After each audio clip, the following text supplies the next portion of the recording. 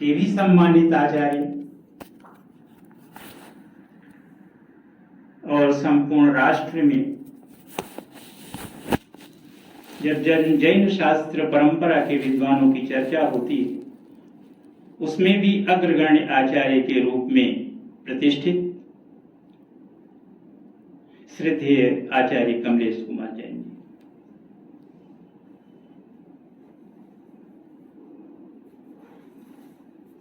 काशी हिंदू विश्वविद्यालय में समग्र भारतीय चिंतन परंपरा को जिस क्रम में प्रतिष्ठित किया गया,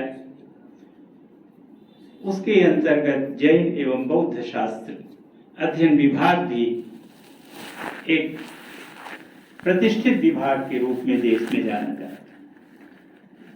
आजकल संप्रति उस विभाग में अध्यक्ष के रूप में विराजमान आचार्य प्रोफेसर अशोक कुमार जैन जी।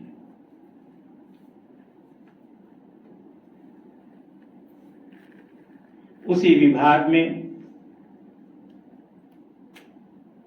पंजाब से आकर के, पटियाला विश्वविद्यालय से आकर के काशी हिंदू विश्वविद्यालय को अपनी विद्या से जिन्होंने गौरवान्वित किया और निरंतर जो शास्त्र चिंतन में, शास्त्र अध्ययन में रत रहते हैं, ऐसे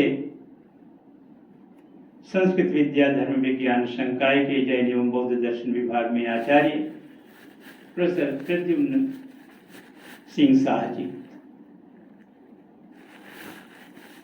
आज का यह सत्र अत्यंत गरिमा को प्राप्त हो रहा है और यह इंदिरा गांधी राष्ट्रीय कला केंद्र के लिए बड़े सम्मान की बात है कि जहां इतने प्रतिष्ठित आचार्य मंच की शोभा में वृद्धि कर रहे हैं, वहीं श्रोता के रूप में उसी संकाय के, संस्कृत विद्या धर्म विज्ञान संकाय के संकाय प्रमुख आचार्य प्रोफेसर कमलेश झा जी विराजमान है। इंदिरा गांधी राष्ट्रीय कला केंद्र का क्षेत्रीय केंद्र एक ओर अपने महनीय क्रियाकलाप के कारण विश्व में जाना जाता है, दूसरी ओर गुरु शिष्य परंपरा का भी केंद्र बना हुआ है। हम सब के लिए यह बड़े गौरव की बात है कि इस हम सब के गुरु परंपरा के रूप में जो हमें एक निधि प्राप्त है, उसमें हम सदैव स्मरण करते हैं आचार्य प्रोफेसर जयशंकर त्रिपाठी जी का। धर्मशास्त्र पर हम मार्गदर्शन प्राप्त करते हैं आचार्य प्रोफेसर ब्रजकिशोर स्वामी जी का। व्याकरण परंपरा पर, उसकी भाष्य परंपरा पर हम सबको सानिध्य प्राप्त है आचार्य भगवत शरण शुक्ल जी का। हम सबके बीच में जब से मैं इस केंद्र में हूं, लगभग 2016 से लगातार हमारे आयुर्वेद संकाय के पूर्व संकाय प्रमुख professor C B Jha ji हम सबके बीच उपस्थित रहते हैं। यह संस्था इंदिरा गांधी राष्ट्रीय कला केंद्र जब से इस भवन में प्रतिष्ठित है, तब से उसे ऐसी प्रतीति नहीं हुई कि यह एक स्वतंत्र संस्था है।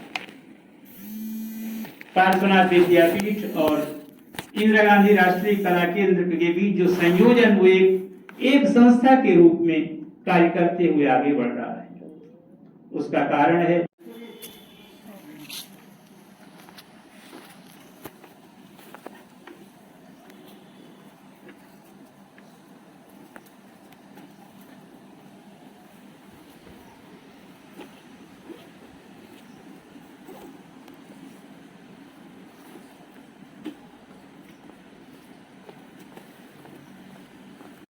इंदिरा गांधी राष्ट्रीय कला केंद्र ने विचार किया कि इनमें से दलसु भाई मालवाणिया जी, इनका काशी से भी संबंध, प्रगाढ़ संबंध रहा, उनके ऊपर हम स्मारक व्याख्यान करें। हमारे सहयोगी डॉक्टर त्रिलोचन प्रधान जी ने जैसा कि बताया, हम यह भी प्रयत्न करते हैं कि हम शास्त्र परंपरा को पहले जानें। इस दृष्टि से हमने निवेदन किया था प्रोफेसर जितेंद्र भाई शाह जी से कि आप पूरी की पूरी व्याख्यान परंपरा के क्रम को उपस्थित करें, और उन्होंने बड़े परिश्रम के साथ व्याख्यान प्रस्तुत किया। आज के समय में डॉक्टर धर्मचंद जैन जी जैन दर्शन परंपरा के आगम परंपरा के निष्णात आचार्य के रूप में जाने जाते हैं, उनको भी हमने निवेदन किया और वह भी उपस्थित हुए। एक बात जो काफी काशी के पांडित्य परंपरा पर जब चर्चा होती है तो उसमें से एक न्यूनता जो है, जो हमारे आचार्य बलदेव उपाध्याय जी के कर्तृत्व में दिखाई देती कि वह थोड़ा सा छूट गया, वह था जैन आचार्यों की परंपरा का समावेश। और आचार्य जी ने ही कभी कहा था कि ठीक है, एक स्वतंत्र पुस्तक के रूप में कभी इसका प्रणयन करना। इस रूप में आचार्य फूलचंद प्रेमी जी से निवेदन किया था कि आप उस परंपरा को थोड़ा विस्तार से हम चर्चा करिए। उन्होंने प्रस्तुत भी किया। अब एक परंपरा कहीं न कहीं जो आचार्य सिद्धसेन दिवाकर से चली आ रही है, वह है जैन दर्शन की परंपरा। उस परंपरा में जो बहुत ही अत्यधिक परिश्रम के साथ जो मैं प्रत्यक्ष देख रहा हूं पिछले 5 वर्ष से काशी में, उसमें हमारे आचार्य प्रद्युम्न सिंह शाह जी लगे हुए हैं। आपसे मैंने निवेदन किया इंदिरा गांधी राष्ट्रीय कला केंद्र ने कि आप उस पक्ष का प्रारंभ करें, क्योंकि यह क्रम चलता रहेगा। आपने निवेदन स्वीकार किया और बड़े संकोच के साथ बार बार हमारे प्रोफेसर साहब बहुत अत्यंत प्रिय हैं, कहते हैं हमारे डीन साहब हमारे सामने होंगे। यह तो मेरे लिए बड़ा जो है संकट है जो है कि मैं मंच पर विराजमान होकर के और वक्तव्य दूं। हमने कहा ये तो गौरव की बात है, जो गुरुकुल को आचार्य सुनने के लिए आते हैं जो है, तो ये इससे बड़ा गौरव कुछ हो नहीं सकता जो है कि अपने शिष्य पर, अपने शिष्य कल्प सहयोगी जो हैं वो कुछ बोले और उसको सुनने के लिए गुरुकल्प आचार्य। तो ये त्रिवेणी बैठी हुई है, बस इतनी ही ज्ञान जो प्रथम पंक्ति में विराजमान हमारे पांडे जी भी बैठ जाए तो एक सीट खाली है, ये पूरी हो जाएगी। तो पूरी की पूरी ज्ञान परंपरा, मुझे कभी लगता है काशी इतनी ही है जो इस छोटे से सभागार में अनेक रूपों में जो अपनी सुगंध बिखेर रही है। ऐसे में आपका कुछ कहना संपूर्ण राष्ट्र में उसकी सुगंध जाएगी। मैं अत्यधिक न कहते हुए, क्योंकि व्याख्यान श्रृंखला अपने आप में उसका परिचय देना एक व्याख्यान में पूरा नहीं हो सकता, क्योंकि मुझे रोमांच होता है जब मैं पंडित गोपीनाथ कविराज जी की संपूर्ण सारस्वत यात्रा को देखता हूं,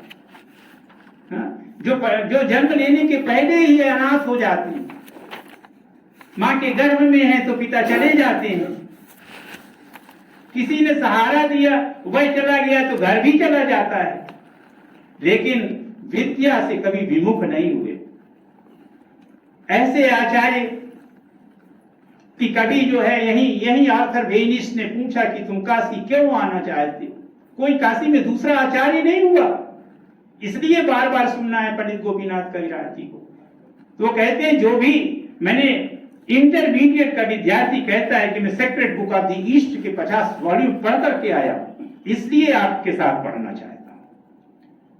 आपने जो तुलनात्मक भाषा विज्ञान पढ़ लिखा उसे भी मैं पढ़ करके आया, आपने डिस्क्रिप्शन पर जो विलेखों पर जो चर्चा की उसको भी मैं पढ़कर आया, इसलिए आपसे और पढ़ना चाहता हूं। और वो कहते हैं कि नहीं सब तो पढ़ो, लेकिन पारंपरिक अध्ययन में लग कर पढ़ो। इसलिए तुमको मेरे साथ भी पढ़ना है, प्रोफेसर वामन चरण भट्टाचार्य जी के साथ भी पढ़ना है। उसी वैसा ही क्रम हमारे पूज्य दक्षु भाई मालवणिया जी का है। सब कुछ करते हुए भी अध्ययन से नहीं जुड़े। पंडित गोपीनाथ कविराज जी 135 रुपए की नौकरी छोड़ करके उस जमाने में संस्कृत विश्वविद्यालय में या संस्कृत महाविद्यालय में 90 रुपए की नौकरी स्वीकार करते हैं, 135 की नहीं करते।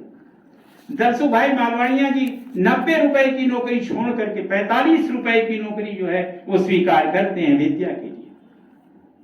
तो ये एक एक क्रम जो आचार्यों का है, जो आप सबकी प्रेरणा से इंदिरा गांधी राष्ट्रीय कला केंद्र ने चुना है, उनके ऐसे जो हैं वो काशी के जो हैं मूर्तिमान अटल विग्रह के रूप में जो विराजमान हैं और जो सचल के रूप में संपूर्ण विश्व में बिखरे हुए हैं, उनका स्मरण इस स्मारक व्याख्यान का जो प्रमुख उद्देश्य है उनमें से एक है।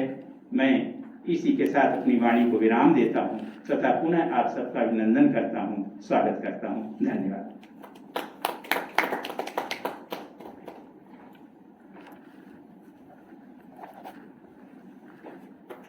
बहुत बहुत आभार सर।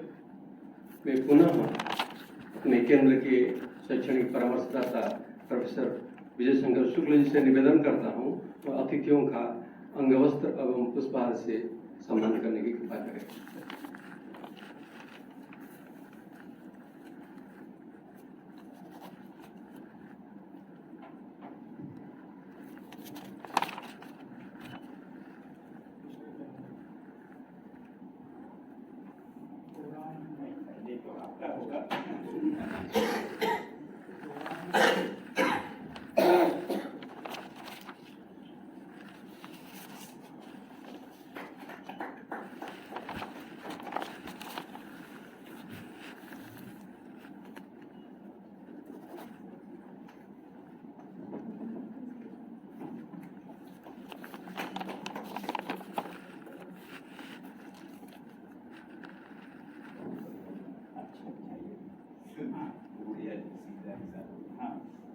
फोटो भी अच्छी आएगी। नहीं, फोटो तो काफी अच्छी आएगी।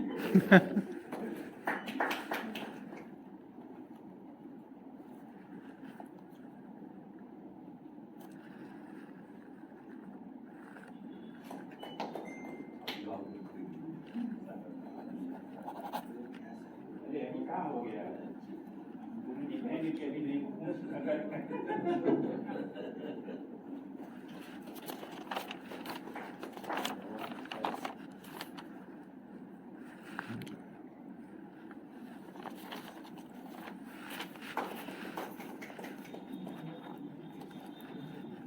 धन्यवाद सर। पंडित दलसिंह भाई मालवीणिया जी के व्यक्तित्व एवं कृतित्व पर केंद्र द्वारा एक लघु पुस्तिका तैयार की गई है। उसका विमोचन के लिए मैं सभी विद्वानों से निवेदन करता हूँ।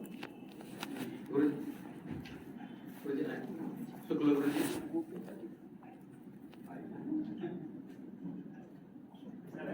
जी, पंडित गुरु तो आप ही है।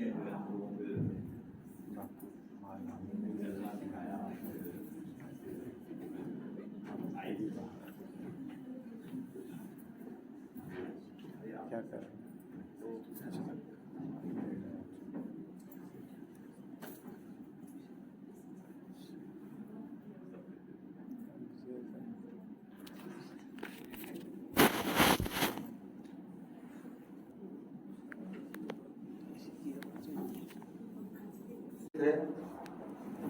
पंडित दलसिंह भाई मालवीणिया जी की स्मृति व्याख्यान। आज का व्याख्यान का विषय है बौद्ध न्याय का प्रारंभिक स्वरूप, न्याय प्रवेश सूत्र के परिप्रेक्ष्य में। मैं प्रोफेसर प्रद्युम्न शाह सिंह जी से निवेदन करता हूँ अपना व्याख्यान प्रारंभ।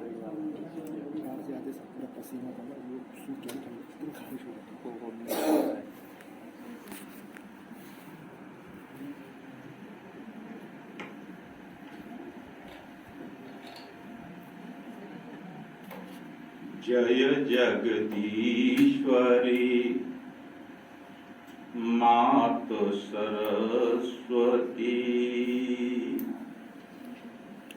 जय जगदीश्वरी मात सरस्वती। प्रणम्यते मया या कुंदेन्दु तुषारहार धवला, या शुभ्रवस्त्रावृता,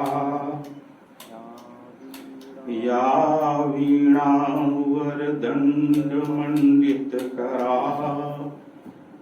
या श्वेतपद्मासना, या ब्रह्मच्युतशङ्करप्रभृतभिर् देवै सदा वन्दिता सा मां पातु सरस्वती भगवती निःशेषजाड्यापहा भगवती निःशेषजाड्यापहा।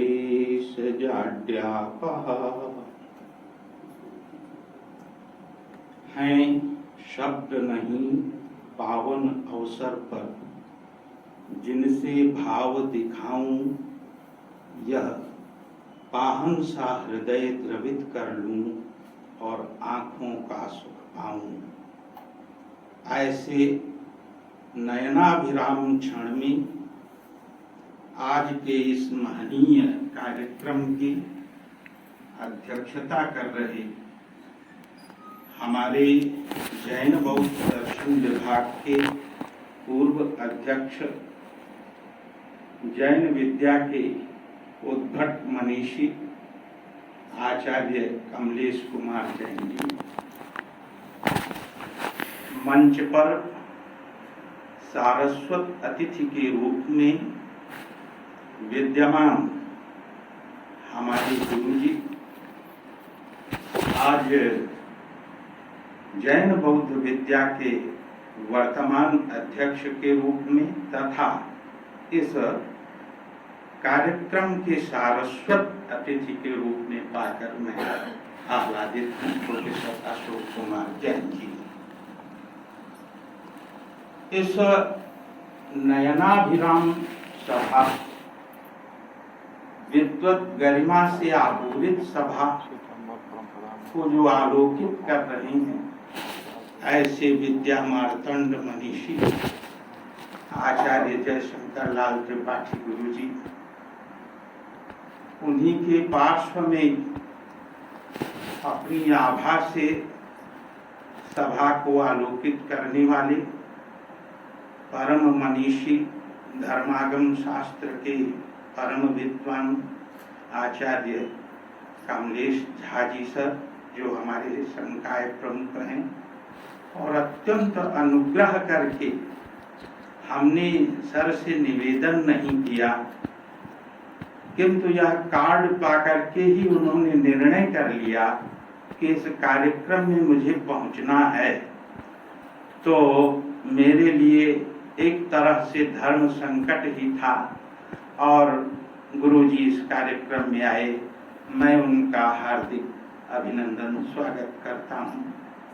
आयुर्वेद संकाय के पूर्व अध्यक्ष आदरणीय झा सर, और उनका भी मैं देखता हूँ इस सभा में निरंतर, इस सभा की कीर्ति को वो निरंतर आप्यायित आप्लावित करते रहते हैं। इन परिस्थिति से हमारे सम्मुख व्याकरण शास्त्र के उद्भट मनीषी आज के समय में जो जिनका निरंतर एक वेब पटल पर व्याख्यान चलता ही रहता है, ऐसे आचार्य भागवत शरण शुक्ल जी, उन्हीं के पार्श्व में सभा को आलोकित कर रहे हैं।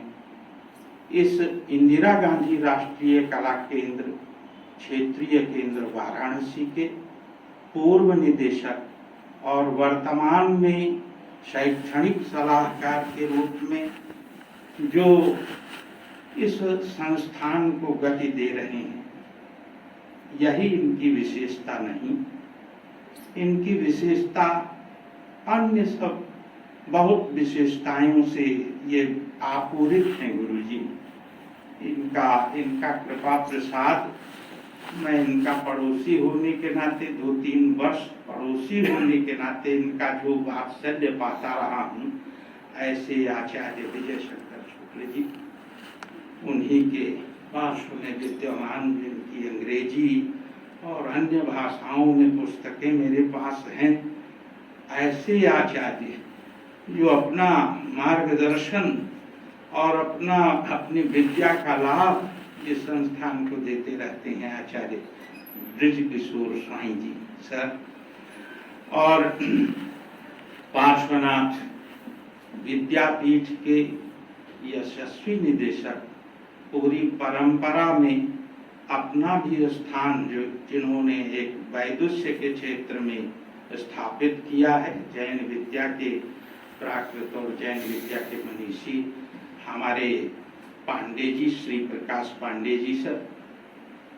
पुस्तकालय के अध्यक्ष डॉक्टर ओम प्रकाश जी, और इस संस्था में अभी उपस्थित आज नहीं है इत्तेफाक से वर्तमान निदेशक डॉक्टर अभिजीत दीक्षित जी, श्री संजय सिंह जी वित्त अधिकारी, श्री गौतम कुमार चटर्जी, डॉक्टर त्रिलोचन प्रधान जी, और हमारी माता जी आई हैं सर के साथ में, उनको भी मैं प्रणाम करता हूँ।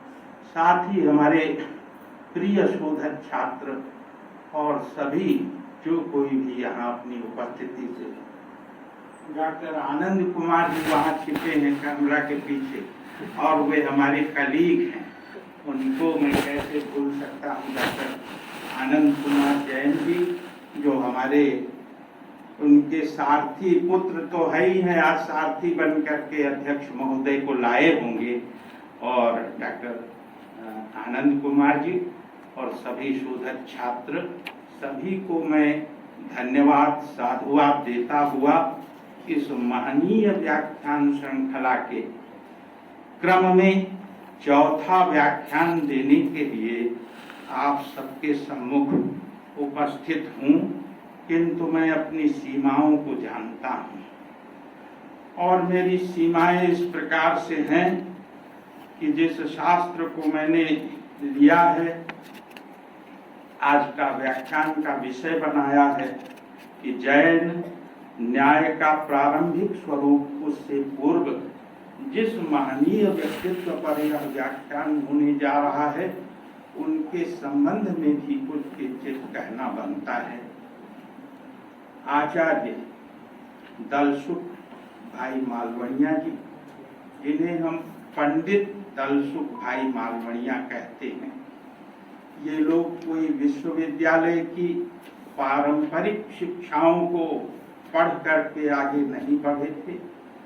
विश्वविद्यालय के अतिरिक्त ये गुरुकुलों की शिक्षाओं में जिनका विकास हुआ था, ऐसे ये विपन्नता से जो संपन्नता की ओर बढ़े थे, जिनका प्रारंभिक जीवन इस प्रकार की विपन्नता में था कि 10 वर्ष की आयु में जिनके पिताजी नहीं रहे और अनाथाश्रम में जिनका बचपन पला, अनाथाश्रम के पुस्तकालय की जिन्होंने सेवा की 7 वर्षों तक, और अपने लगनशील व्यक्तित्व से उस अल्प आयु में उस पुस्तकालय की पुस्तकों को सजा संवार देना, उनके विद्या प्रेम का वह द्योतक था, प्रतीक था, जिन्होंने उस समय अपने स्वाध्याय को अनाथाश्रम में पल्लवित और पोषित किया था।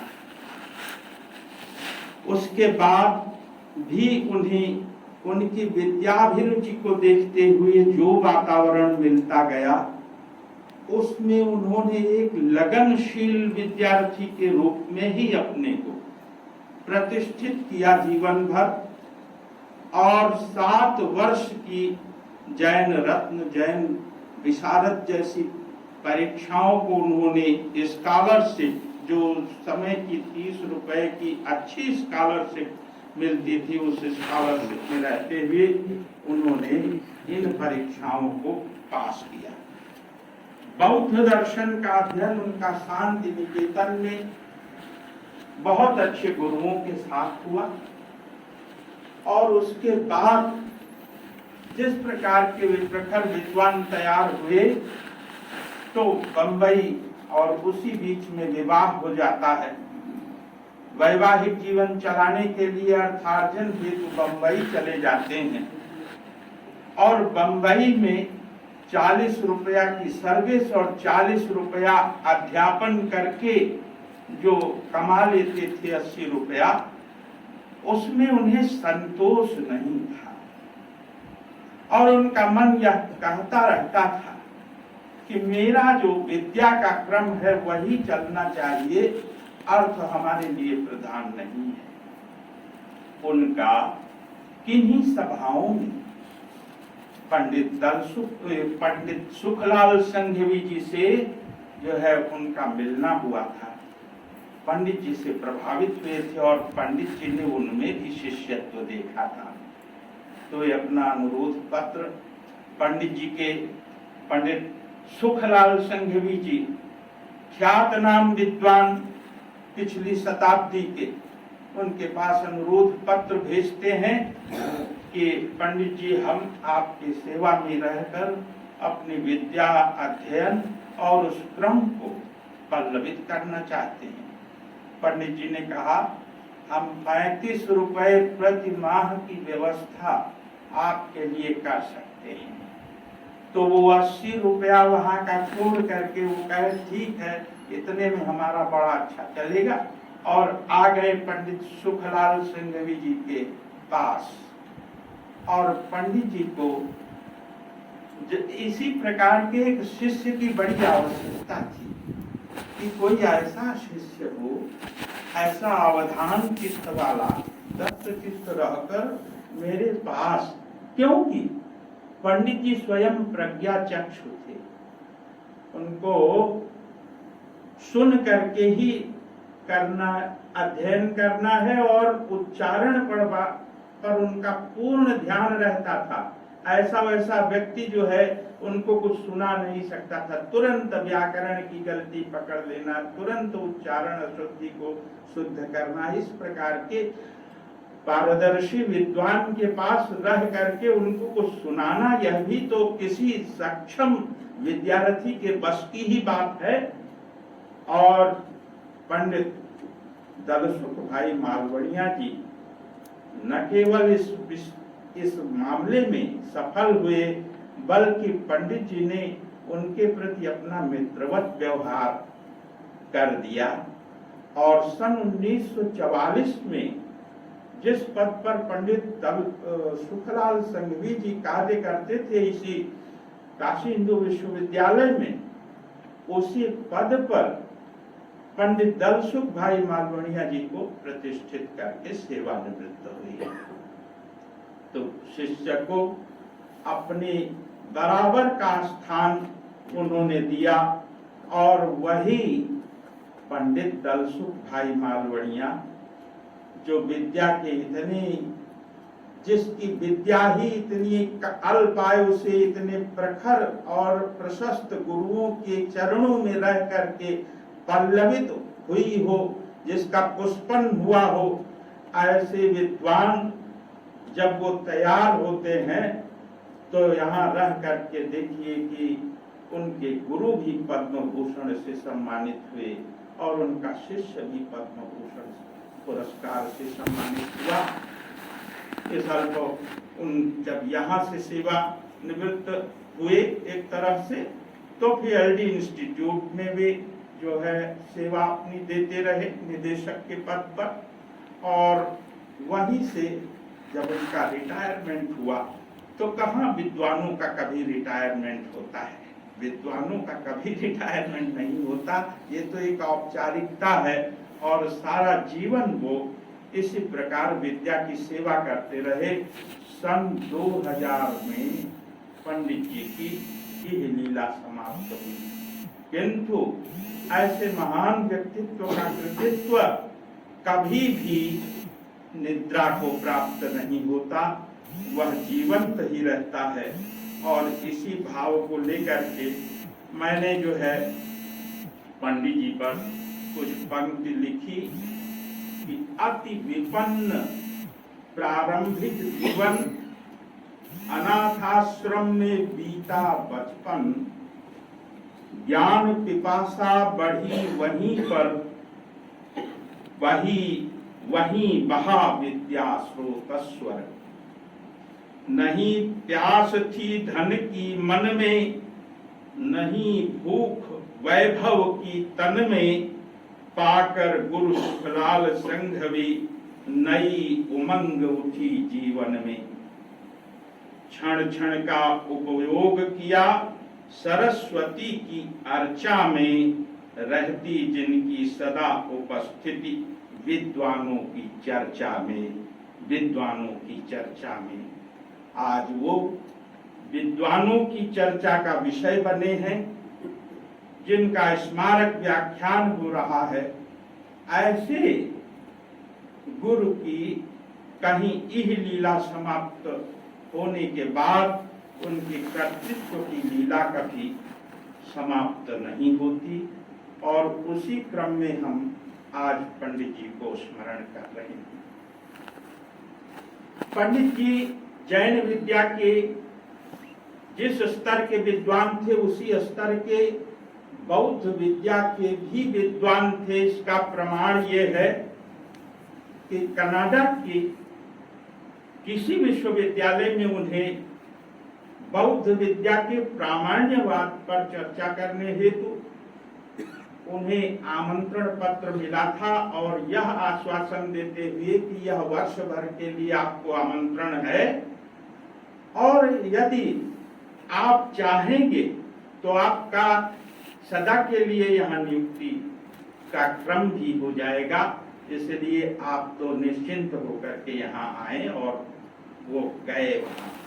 तो इस प्रकार से दिगंत व्यापिनी कीर्ति अर्जित की पंडित दल सुख भाई मालवणिया जी ने। और अगर विद्वानों के त्रिक की चर्चा की जाए तो पंडित सुखलाल संघवी, पंडित दल सुख भाई मालवणिया और पंडित महेंद्र कुमार न्यायाचार्य, इनके कृतित्व से जैन विद्या इस विश्वविद्यालय में गौरव को प्राप्त हुई। जैन विद्या को बहुमान मिला, जैन विद्या की प्रतिष्ठा हुई। ये ऐसे आचार्य हुए। तो बौद्ध दर्शन पर भी उनका समान अधिकार था, और जो भी आचार्य यहाँ इस प्रकार से रहे, उन्होंने जैन विद्या के साथ साथ बौद्ध विद्या की भी निष्ठापूर्वक सेवा की। बौद्ध विद्या को उन्होंने आत्मसात करने का प्रयास भी किया। तो जब हम पंडित जी के कृतित्व पर जाते हैं तो ये देखने को मिलता है कि प्राचीन परंपरा में यह संप्रदाय अभिनिवेश, रागद्वेष यह नहीं होता था, और जो शास्त्र हैं उनको बहुत ईमानदारी से पढ़ने और उनका प्रतिपादन करने की जो विद्वानों में एक ललक होती थी, तड़प होती थी, उसी ललक और तड़प के आधार पर उन्होंने जो है ये किया अपने स्वाध्याय को। मैं सिन्हा जी को भी सामने बैठे हुए हैं, नमस्कार। तो मैं ये कह रहा हूँ कि वो उनकी जो ललक और तड़प है वह इस बात की है कि वेद विद्या पर भी वही अधिकार बनाने का निरंतर प्रयास इन विद्वानों का रहा है। इसलिए इन्हें पूरी भारतीय संस्कृति का विद्वान कहा जा सकता है। ये पूरी भारतीय विद्या की त्रिवेणी को आत्मसात करना चाहते थे, जिसमें वेद है, आगम है, त्रिपिटक है। इनके मूल वचनों को वेद, आगम और त्रिपिटक, इनके जो मूल वचन हैं, ये श्रद्धा का विषय बने थे। कभी ये श्रद्धा के आधार पर ही चलते थे, लेकिन जब तर्क ने अपना स्थान ग्रहण किया, अर्थात तर्क सम्मत श्रद्धा की बात आई, और जब यह हुआ कि बहुत सारे मत मतांतर अपने को प्रतिष्ठित करने लगे, जिसमें आजीवक दर्शन भी है और बहुत सारे मत मतांतर हैं, 300 के लगभग संख्या पहुंच जाती है। तब जब न्याय की परंपरा ने जन्म ले लिया और गौतम का न्याय सूत्र अपनी विद्या को प्रतिष्ठित करने के लिए तर्क की कसौटी पर अपने को, अपने सिद्धांतों को खरा सिद्ध करने के लिए न्याय सूत्र का प्रतिपादन हो गया, तो जैन विद्या के क्षेत्र में, बौद्ध विद्या के क्षेत्र में भी न्याय की परंपरा की एक क्रांति शुरू हुई। और उस क्रांति ने अपने प्रमेयों को सिद्ध करने के लिए, अपनी जो मान्यताएं थी उनको सिद्ध करने के लिए बिल्कुल जो हेतुओं का प्रयोग किया, हेतुओं के प्रयोग के आधार पर अपनी बात को मनवाने के लिए, तर्क संगत ढंग से उसे प्रस्तुत करने के लिए जो प्रयास किया, वो एक वैज्ञानिक प्रस्तुतिकरण था। और इस वैज्ञानिक प्रस्तुतिकरण में वही लोग, वही विद्वान और वही परंपराएं टिक पाई जो अपनी परंपराओं में आर्ष वचनों को लेकर के चलती थी।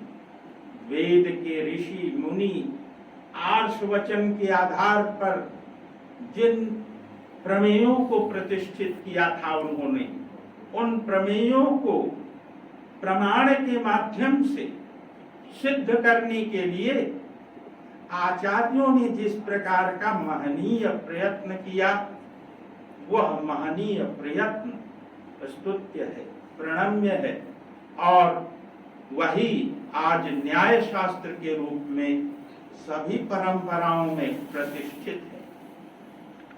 उस विधा को जानने और समझने के लिए तीनों परंपराओं में अपनी अपनी मान्यताओं को प्रतिष्ठित करने का जो क्रम चला है,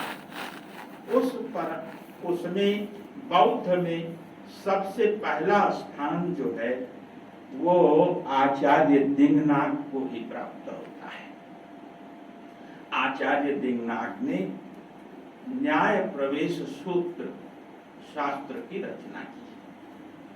और जैन परंपरा में यह तो है कि बीज सब परंपराओं में विद्यमान है, लेकिन उस बीज का पल्लवन करना, उसको एक चिंतन का पैरामीटर बना देना, मानक बना देना, मानदंड बना देना, और उसमें भी व्याप्ति के सिद्धांत को ले आना और व्याप्ति के माध्यम से प्रमेयों को सिद्ध करना बड़ी भारी चुनौती का काम था। और उस चुनौती के काम को तीनों परंपराओं में यह पता चलता है कि आपस में एक दूसरी परंपरा को समझने और जानने का इतना अधिक, यदि यह नहीं होता, समन्वयन नहीं होता, तो यह संभव नहीं था। ये जो शास्त्रों का विकास था, ये संभव नहीं था। एक परंपरा ने दूसरी परंपरा को समृद्ध किया है। हम नहीं कभी आज तक मान पाए कि एक परंपरा ने दूसरी परंपरा का कोई नुकसान किया है। अपितु आलोचना यदि कहीं है तो उस आलोचना पर संशोधन करके आचार्यों ने अपनी बात को और भी प्रभावी ढंग से प्रस्तुत किया। तो कहने का भाव कि जितना विकास परवर्ती न्याय शास्त्र का हो गया, वह परवर्ती न्याय शास्त्र मूल रूप में इन सूत्रों में ही विद्यमान था, और जिसमें न्याय प्रवेश सूत्र की बात होती है। अब उसमें सूत्र नहीं है, लेकिन उसे न्याय प्रवेश सूत्र कहा गया।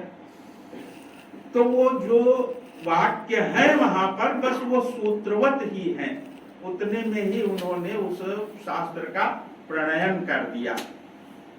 तो मैं यह कह रहा हूं कि न्याय प्रवेश सूत्रम पर उसको और भी महत्व प्रदान कर दिया जब आचार्य हरिभद्र ने उस पर अपनी न्याय प्रवेश वृत्ति नाम की वृत्ति को लिखा, और जितना वो ग्रंथ था उसको उन्होंने बिल्कुल तार तार खोलने का प्रयास किया। उससे भी काम न बना तो आगे पार्श्वदेव नाम के आचार्य जी ने न्याय प्रवेश वृत्ति पर भी न्याय प्रवेश वृत्ति पंजिका लिखी संस्कृत में, और वह सारा कार्य जो A.B. ध्रुव नाम के 20वीं शताब्दी के अंग्रेजी के महान विद्वान ये हुए हैं, इन्होंने संपादित किया।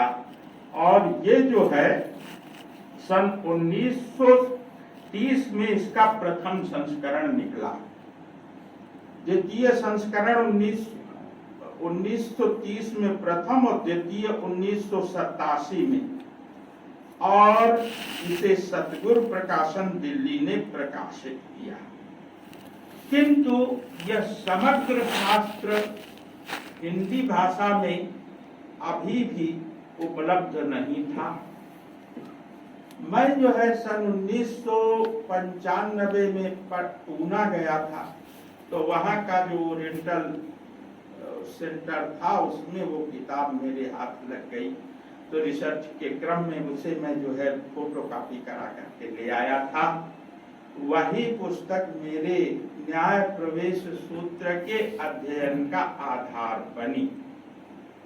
अध्ययन करके कोई समझ कितना पाता है यह उसकी समझ पर निर्भर करता है, लेकिन पूर्व के आचार्यों ने जिस प्रकार से अपने शास्त्र की शुरुआत की है वह एक कमाल का विषय है।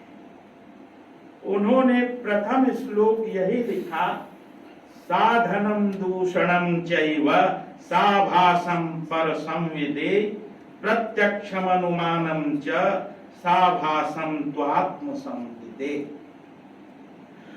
साधन की बात की और दूषण की बात की।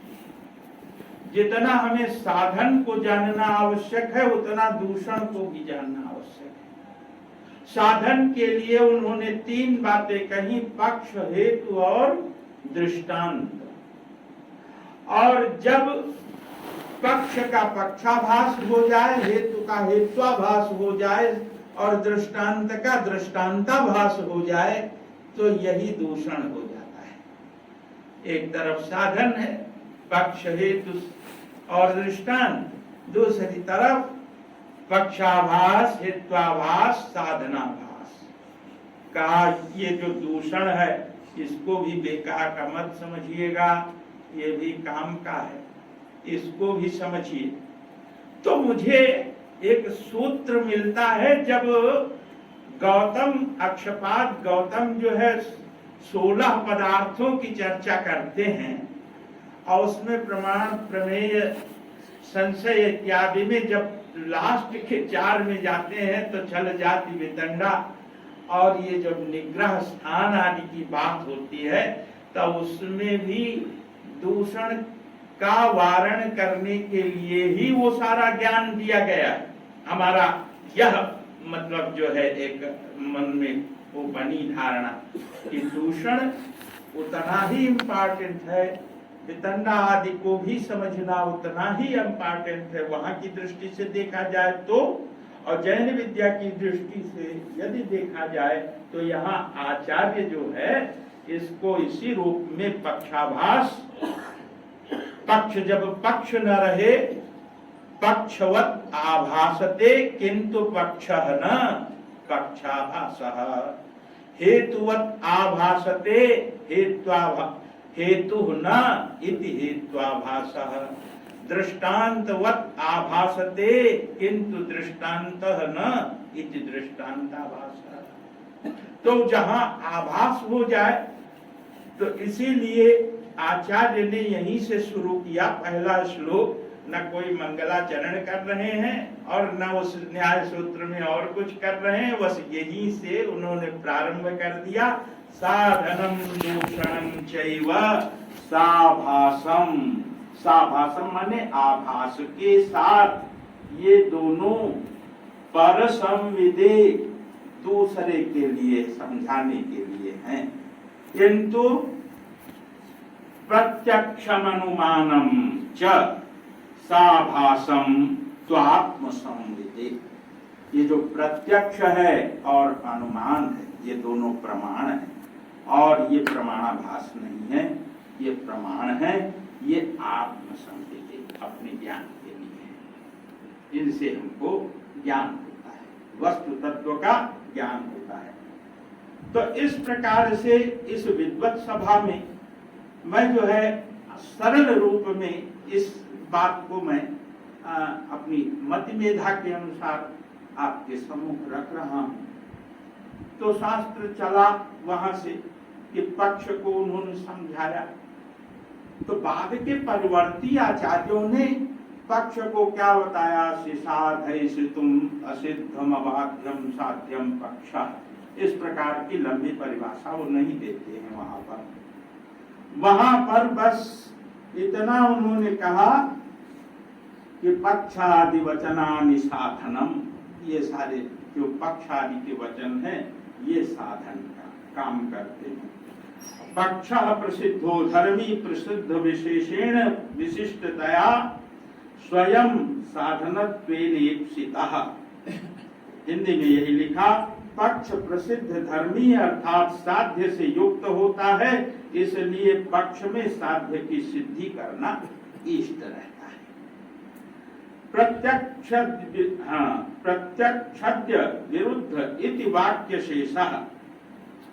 और ये अब आगे जो है समझा रहे हैं कि जो इसके विरुद्ध हो वह पक्ष नहीं है। नित्यः शब्दो अनित्योचेति। अब शब्द की नित्यता और अनित्यता सिद्ध करने के लिए आगे बढ़ गए, शब्द को प्रमेय बना करके यहाँ प्रस्तुत किया कि शब्द नित्य है या अनित्य है, ये ले आए। तो देखिए कि संबंध व्याकरण से भी जुड़ गया। मैं तो व्याकरण की जब व्याख्यान सुनता रहता हूँ तो शब्द का जितना गहन विमर्श व्याकरण शास्त्र करता है उतना मैं सोचता हूँ कि न्याय से और व्याकरण का कितना जो है संबंध है। व्याकरण के विद्वान जितना हम सोच रहे हैं कि न्याय समझते होंगे, उतना न्याय जो है न्याय वाले भी न समझते होंगे। तो यहाँ पर शब्द को ही जो है मुख्य आधार नित्यत्व का अनित्यत्व का, नित्य है व अनित्य है, उसको समझने के लिए अब हेतु का जो प्रयोग किए कर रहे हैं कि हेतु जो है त्रैरूप्य होता है, 3 रूप। अब आगे चल करके न्याय बिंदुकार जो है स्वभाव कार्य अनुपलब्धि के रूप में उसे प्रस्तुत कर देते हैं, स्वभाव कार्य अनुपलब्धि त्रैरूप्य। लेकिन यहाँ पर जो है न्याय प्रवेशकार ने सीधे सीधे कहा कि पक्ष धर्मत्व सपक्षे सत्व और विपक्षे चासत्व, अर्थात पक्ष में साध्य का होना, साध्य को पक्ष में रहना चाहिए। जिसे अभी कहा ना किसी साधैसी तुम, जिसकी साधैसा हो, असिद्ध हो, अबाध्य हो, ऐसा साध्य पक्ष कहलाता है, ऐसा साध्य पक्ष कहलाता है। यहाँ पर बस सीधा आचार्य जो है प्रारंभिक वक्तव्य में पक्ष धर्मत्व तो कहते हैं। और दूसरे सपक्षे सत्वम, अर्थात सपक्ष में साध्य और साधन के अव्यभिचरित संबंध का होना, अव्यभिचरित रूप में साधन और साध्य हो। विपक्षे चासत्वमी, विपक्षे चासत्वमिति, और विपक्ष में न हो, विपक्ष में साध्य और साधन के संबंध का दर्शन न हो। तो आगे चल करके न्याय शास्त्र में भी इसी प्रकार से जब सारी बात का विकास किया है कि भाई वहां उदाहरण दे दिया कि रसोई जो है वो पक्ष है, पर्वतो बन्हिमान, पर्वत में पीछे पृष्ठ प्रदेश में अग्नि है बन्हिमान, किंतु बन्हि न दृश्यते, धूमः दृश्यते, धूमम् अवलोक्य बन्हिरनुमानम, तो बन्हि का अनुमान वहां हो रहा है। तो अब वहां सपक्ष क्या हुआ? सपक्ष कहा यथा महानसम। महानस में जब चूल्हा जलता है तो हम धूम को देखते हैं, धूम देख लिया तो चूल्हा जल गया है, ऐसा महिमा। सपक्ष, सपक्ष में मतलब दृष्टांत है वो संबंध जो है अव्यभिचरित संबंध है, वो अव्यभिचरित संबंध है। कहीं वाष्पादि में वो जो है इस प्रकार का संबंध नहीं होगा। तो धूम और अग्नि का वो जो अव्यभिचरित संबंध ज्ञान, ठीक है, यही तो सपक्ष है। और विपक्ष हृदय, जैसे तालाब तत्र जलम किंतु बंधिर नास्ति, वहां पर नहीं है।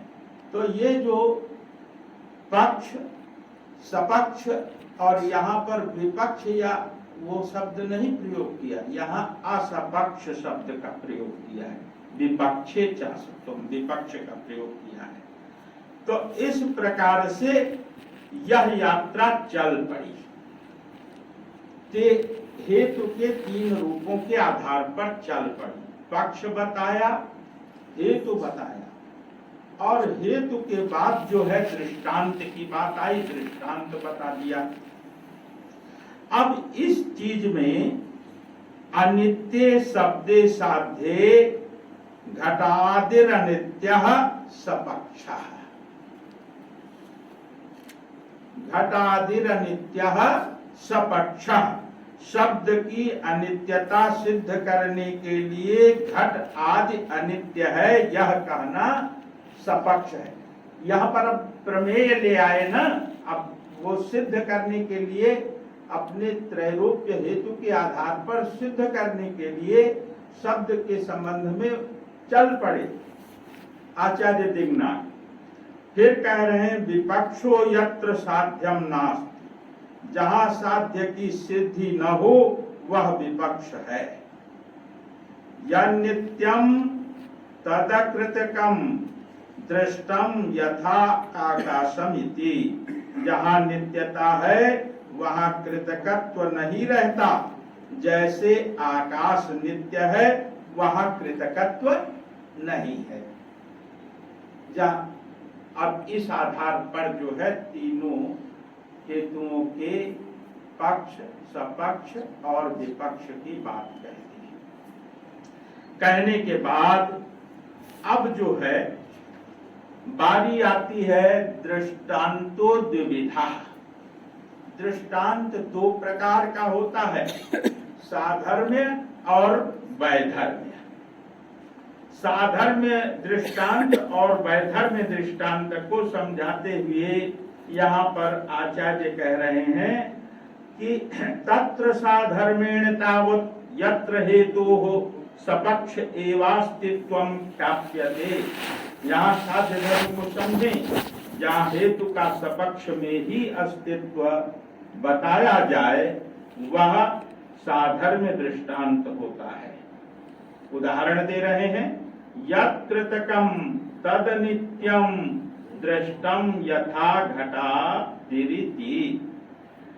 साधर्म्य हेतु का उदाहरण इस प्रकार से देते हुए कहा, जहां जहां कृतकत्व होता है वहां वहां अनित्यत्व देखा जाता है।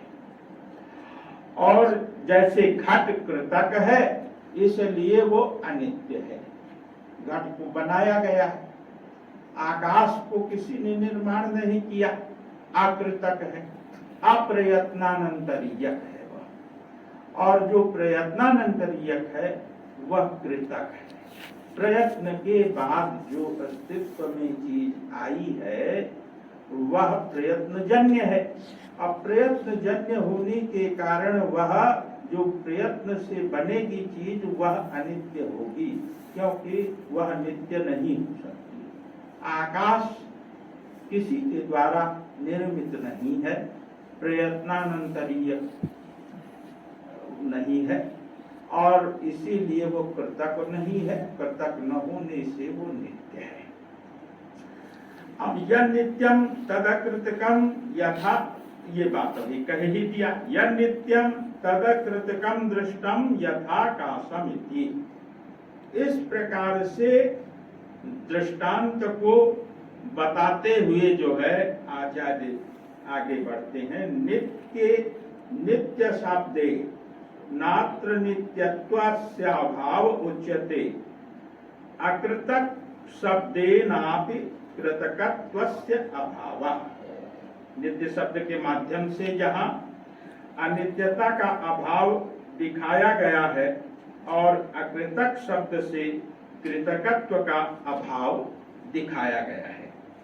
यथा भावा भावो भाव इति उक्ताः पक्षादयः, जैसे भाव का अभाव तो अभाव ही है, यहाँ पक्ष हेतु और दृष्टांत का प्रकरण समाप्त हो गया।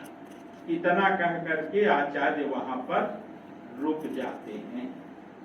अब यहाँ पर एसाम वचनानि पर प्रत्यायन काले साधनम, ये वचन जो है पर प्रत्यायन काले, दूसरे को ज्ञान कराने के समय में साधन का काम करते हैं, यही साधन का काम करते हैं, पक्ष हेतु और दृष्टांत। इसके बाद जो है अब जो बातें कहेंगे ये बातें पक्षाभास और हेत्वाभास तथा दृष्टांताभास के संबंध में आचार्य जो है दिग्नाथ जी कह रहे हैं।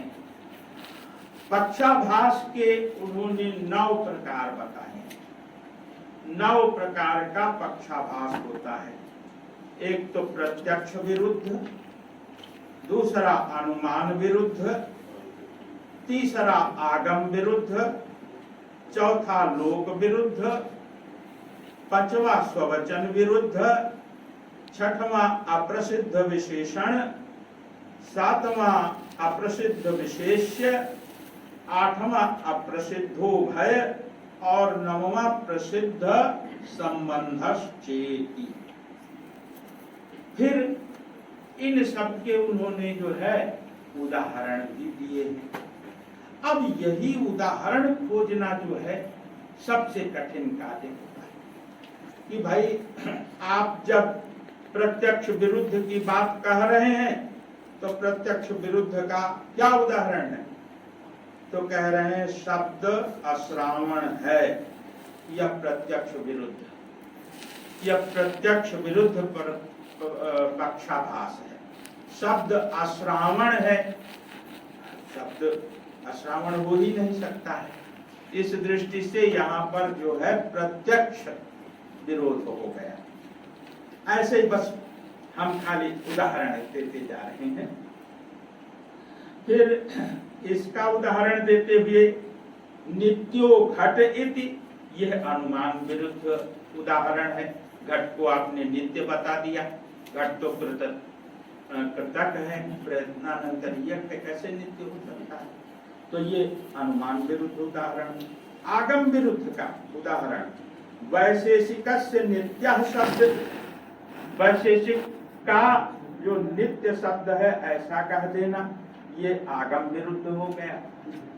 लोक विरुद्ध यह हुआ शुचि नर शिरः कपालम, अर्थात नर का सिर कपाल आदि शुचि है। जैसे शंख सूती आदि भी जो है वो किसी का त्यागा हुआ शरीर है, फिर उसे पूज्य स्थानों पे आप रखते हैं। तो यह इसको आचार्य ने कहा ये लोक विरुद्ध पक्षाभास है। आपने बात तो सही कही कि भाई कपाल जो है किसी का त्यागा हुआ अवयव है, और उसी प्रकार से शंख और सुक्ति आदि भी किसी के द्वारा त्यागा हुआ शरीर, त्यागा हुआ मतलब अवयव है। तो क्या कपाल में वो पूज्यता आ गई जो शंख में है? तो कहा नहीं, ये इस प्रकार का उदाहरण जो है यह क्या है, यह लोक विरुद्ध पक्षाभास है। स्ववचन विरुद्ध माता में बंधे, मेरी माता बंध्या है, कहा ये स्वयं ही अपनी माता को आप बंध्या बता रहे हैं, तो पुत्र किसके हुए हैं? तो ये जो है स्ववचन विरोध हो गया। यह भी पक्षाभास की कोटि में आ गया। और बौद्धस्य सांख्यम प्रति विनाशी शब्द इति, बौद्ध जो है सांख्य के लिए कह रहा है कि शब्द विनाशी है, तो कहा कि ये जो है अप्रसिद्ध विशेषण आपका जो पक्षाभास है।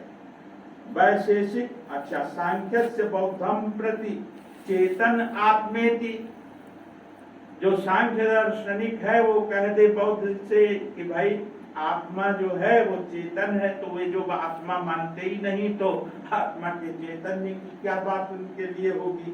इसलिए यह अप्रसिद्ध विशेष पक्षाभास हो गया। वैशेषिक कह दे बौद्ध के लिए कि सुखादि समवायी कारणमात्मेति, ये जो है सुख आदि आत्मा के समवायी कारण है, तो ये कैसा पक्षाभास हुआ? अप्रसिद्ध, अप्रसिद्धो भय पक्षाभास हो गया। इस प्रकार से प्रसिद्ध संबंधो यथा श्रावण शब्द इति, तो कहा ये प्रसिद्ध वाक्य है, ये जो है इस प्रकार से प्रसिद्ध संबंध पक्षाभास है। पक्षाभास की चर्चा इस प्रकार से समाप्त हो गई। हेत्वाभास के 14 प्रकार बताए गए। हेत्वाभास जो है हेतुवत आभासते किंतु हेतु न इति हेत्वाभाषा, ये मैं अपने सरल शब्दों में कह रहा हूँ। ये जो है आचार्यों ने इस पर और भी बड़ी गंभीर परिभाषाएं की हैं, लेकिन असिद्ध, अनैकांतिक और विरुद्ध नाम के 3 हेत्वाभास आचार्य ने बताए हैं। असिद्ध में असिद्ध के 4 प्रकार हैं। असिद्ध के चारों प्रकारों में एक है उभयासिद्ध, दूसरा है अन्यतरा सिद्ध, तीसरा है संदिग्धा सिद्ध और चौथा है आश्रया सिद्ध। तो कोई यह कहे कि शब्दा नित्यत्वे साध्ये चाक्षुषत्वादित्युभय सिद्धा, उभया सिद्धा, तो शब्द की अनित्यता सिद्ध करने में चाक्षुषत्व हेतु का प्रयोग अगर कोई करता है, शब्द का चक्षु से क्या संबंध है? कोई संबंध नहीं, फिर भी आप जो है शब्द की नित्यता को सिद्ध, अनित्यता को सिद्ध करने के लिए हेतु चाक्षुषत्व देते हैं, तो ये जो है हेत्वाभास है। और कैसा हेत्वाभास है? उभया सिद्ध, उभय जो है ये हो गया। और उसके बाद जो दूसरा अन्यतरा सिद्ध है, इसका उदाहरण देते हैं। यदि कहा जाए शब्द कृतक है, तो शब्दाभिव्यक्तिवादियों के लिए प्रत्यंतरा सिद्ध हेत्वाभास होगा, ये हिंदी में कहा। फिर संदिग्धा सिद्ध के लिए कहा भाप को देखकर अग्नि की सिद्ध करना, ये संदिग्धा सिद्ध हेत्वाभास है। और उसी तरह से आश्रया सिद्ध का उदाहरण देते हुए कह रहे हैं कि गुणों का आश्रय होने के कारण आकाश द्रव्य है, यह आकाशासत्ववादियों के लिए प्रत्याश्रया सिद्ध हेत्वाभास है। अब ये हो गया आपके असिद्ध हेत्वाभासों का वर्णन।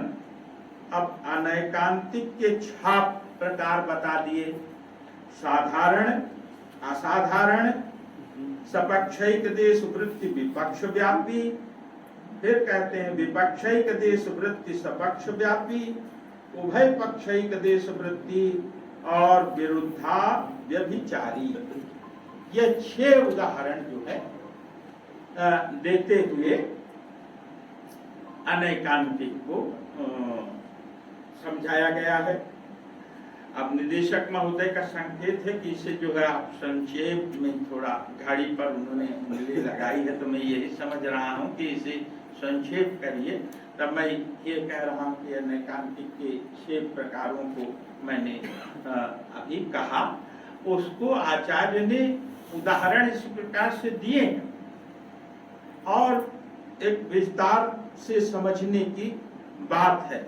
फिर इसी प्रकार से विरुद्ध को भी वहां पर विरुद्ध हेत्वाभास के 4 प्रकार बताए हैं। उनका खाली मैं नामोल्लेख कर देता हूं कि धर्म स्वरूप विपरीत साधन, फिर धर्म विशेष विपरीत साधन, ये विरुद्ध हेत्वाभास के उदाहरण। धर्मी स्वरूप विपरीत साधन और धर्मी विशेष विपरीत साधन, ये 4 प्रकार का विरुद्ध हेत्वाभास है। आपके हाथ में पुस्तिका है, इसे आप जो है देखने की कृपा करें। दृष्टांताभास के जो हैं प्रकार बताए हैं 5, और 5 जो है साधर्म के और 5 वैधर्म के उदाहरण बताए हैं। तक कुल मिलाकर के 9, 14, 9, 23 और 10, 33 उदाहरण के माध्यम से ये बात समझाई जा रही है। अब जो दृष्टांताभास के 5 उदाहरण हैं, उनका नामोल्लेख सुन लिया जाए। साधन धर्म धर्मासिद्ध और साध्य धर्म धर्मासिद्ध, उभय धर्मासिद्ध, अन्वय और विपरीतन्वयश्चेति, ये 5 हो गए। फिर इसके बाद जो 5 और आते हैं उदाहरण, वो इस प्रकार से हैं कि साध्य व्यावृत्त, साधन व्यावृत्त, उभय व्यावृत्त, अव्यतिरेक और विपरीतश्चेति। इस प्रकार से 10 दृष्टांताभासों को सोदाहरण आचार्य ने समझाया है। अब ये सब दृष्टांताभासों को समझाने के बाद खाली 2 पैराग्राफ में ही संस्कृत में उन्होंने यह बताने का प्रयास किया है कि जो आत्म प्रत्यायनार्थ 2 ही प्रमाण हैं, प्रत्यक्ष और अनुमान। इस प्रकार जो ज्ञान कल्पना से रहित है तथा जो ज्ञान पदार्थ के रूप में नाम जाति आदि कल्पना से रहित हो, वह प्रत्यक्ष है। और जो इंद्रिय और पदार्थ में निर्भ्रांत रूप से तदाकार हो, वह प्रत्यक्ष है। अनुमान लिंग से अर्थ के दर्शन को कहते हैं। लिंग के कारण जो अनुमेय अर्थ में ज्ञान उत्पन्न होता है, यहाँ अग्नि है अथवा शब्द अनित्य है आदि, वह अनुमान है। वही ज्ञान अधिगम रूप होने के कारण ज्ञान का फल है। वही ज्ञान का व्यापार है। इस ख्याति के कारण वह प्रमाण है। अर्थांतर से कल्पना ज्ञान प्रत्यक्षाभास है। हेत्वाभास पूर्वक जो ज्ञान होता है वो अनुमानाभास है। चूंकि हेत्वाभास अनेक प्रकार का कहा गया है, इस कारण से अनुमेय पदार्थ में जो अव्युत्पन्न ज्ञान होता है वह अनुमानाभास है। यह कहते हुए आचार्य कहते हैं, साधन के दोषों को प्रकट करना दूषण है और साधन दोष न्यूनता है। पक्ष दोष प्रत्यक्षादि का विरोध है। हेतु दोष असिद्ध विरुद्ध और एवं अनैकांतिक हेत्वाभास है। दृष्टांत दोष साधन धर्मादि का असिद्धत्व प्राश्निक के दोष बताना दूषण है। साधन में दोनों दोषों को न होने पर होना बताना दूषणाभास है। और इस प्रकार से एक श्लोक कह करके आचार्य जी अपने ग्रंथ को समाप्त करते हैं। पदार्थ मात्र माख्यातम आदौ दिङ्मात्र सिद्धये यात्र युक्तिरयुक्तिर्वा सान्यत्र सुविचारिता। जो कुछ भी कहना था वो हमने यहाँ निर्देश कर दिया है, और इससे अधिक ये युक्ति है या युक्ति से अतिरिक्त है, इसको सिद्ध करने के लिए अन्यत्र विचार किया जाएगा। तो इस प्रकार से न्याय प्रवेश सूत्रम समाप्त, न्याय प्रवेश सूत्र की संक्षेप में। तो इस अवसर पर इतनी महनीय विद्वत सभा में कुछ कह पाने की सामर्थ्य मेरी नहीं थी, लेकिन आप सबके ही ओज से तेज से मैं कुछ बात कह सका। मुझे पता है बहुत सारी गलतियां होंगी, और ये विद्वत सभा हमें क्षमा करेगी, विद्वत जन हमें माफ करेंगे। इन्हीं शब्दों के साथ जय पिता जय।